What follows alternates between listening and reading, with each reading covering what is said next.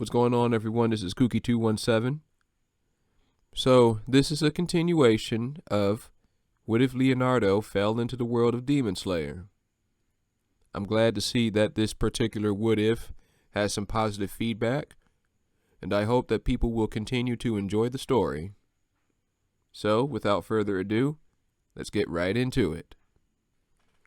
After Tanjiro and Nezuko bury their family, the trio head for Mount Sagiri. On the way, Leonardo and Tanjiro strike up a conversation. Leonardo tells Tanjiro about his family back in his world, and Tanjiro listens with awe and fascination, struck by the fact that a world like his can even exist. Donatello is the brains of our family. He's always working on some kind of machine or experiment. His mind has saved our shells more times than I could count. Michelangelo is, well, he's Mikey, always looking for fun somewhere.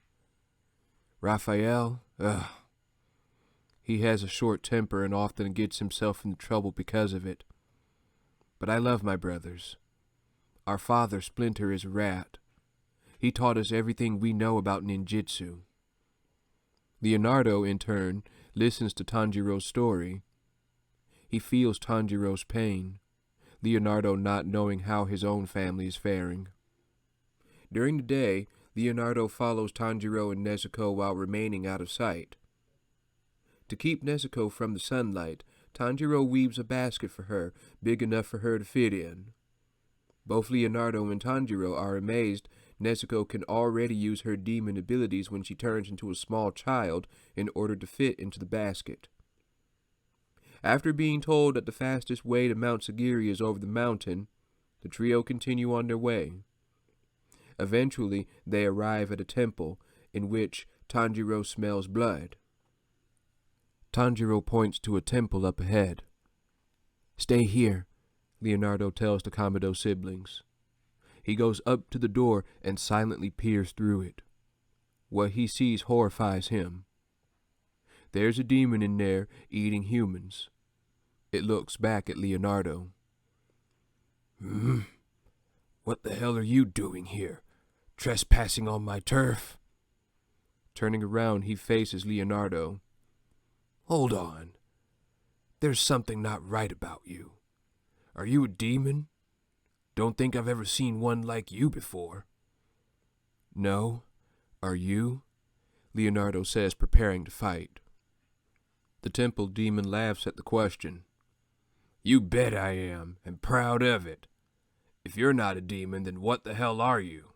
Another feast for me?" Immediately, the temple demon lashes out of the temple and tackles Leonardo to the ground. But Leonardo quickly throws the demon off and gets back to his feet, drawing his katanas. When the temple demon attacks again, Leonardo slices off one of his arms. But to his astonishment, it quickly grows back. Not bad. But as you can see, attacks like that won't work. The demon then sees Tanjiro and Nezuko watching from a distance. "Now this is something. Two humans traveling with whatever you are? I think I'll enjoy another feast." The demon leaps towards Tanjiro, who avoids the attack and slashes his neck.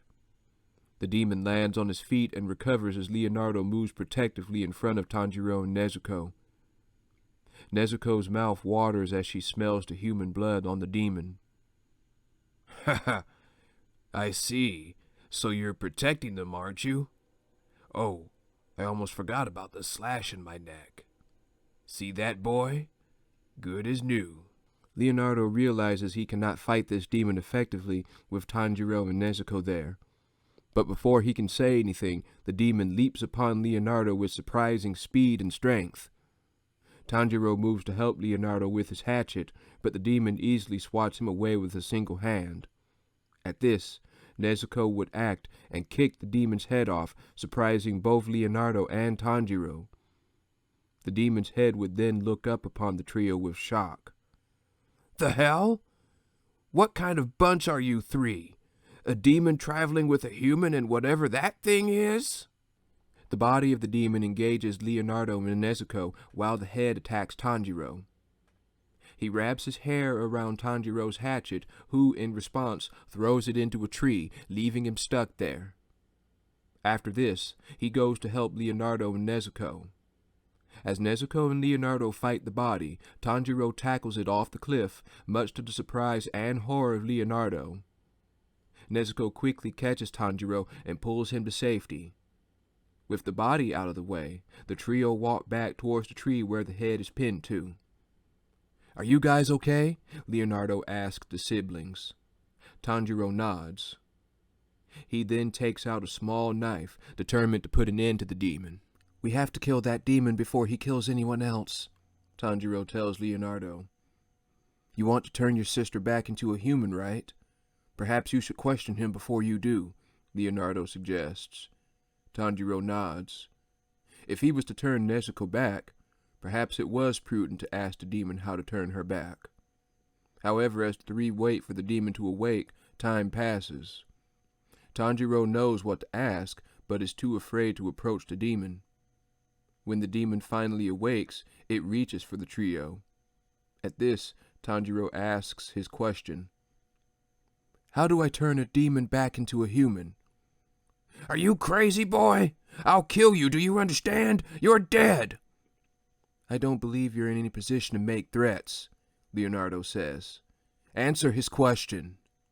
"That demon will never answer any question you ask," a voice says from behind. Leonardo and Tanjiro turn around in surprise. Leonardo is especially taken aback by the newcomer who wore a Tengu mask upon his face. He hadn't even heard him approach. He mentally chastises himself for his carelessness. No one's ever been good enough to sneak up on him like that, except for Master Splinter and the Shredder. Also, that knife will not do the job. "How long have you been standing there?" Leonardo asks with astonishment. "Long enough," replies the old man. "Leonardo Splinter's son." Before Leonardo could say anything, Tanjiro asks the old man how to go about killing the demon. "Think for yourself, or aren't you capable of even that?" Tanjiro surmises that stabbing him won't work, so perhaps he must crush the skull instead. But before he could do so, the sun arises and turns the demon into ash. Nothing is left. "He's gone. It took only that much. No wonder Nezuko avoids the sunlight." "Incredible!" exclaims Leonardo.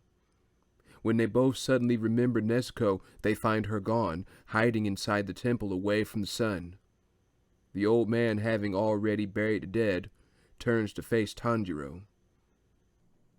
"I am Sakonji Orokudaki. You must be Tanjiro Kamado, the one Giyu Tomioka sent my way." Tanjiro nods. Orokudaki then turns to Leonardo, looking him over as if sizing him up. "As for you, Leonardo, to have defeated Giyu with your skills is an incredible feat. Still, if you plan to be useful, skill is not enough." Leonardo couldn't tell whether to feel praised or insulted. He took great pride in his skills, and to have them questioned felt like a small blow. Orokudaki then turns back to Tanjiro. "Tanjiro, what do you plan to do if your sister eats a human?" When Tanjiro fails to answer him, the old man slaps him. Leonardo feels he must say something, but holds himself back. "You're far too indecisive. That's why you failed to answer my simple question. If your sister eats a human, you kill her, then slit your own belly and die." At this, Leonardo finally speaks. "Now hang on just a minute. Isn't that a little extreme?" Orokudaki doesn't even bother to look in his direction when he responds. "No.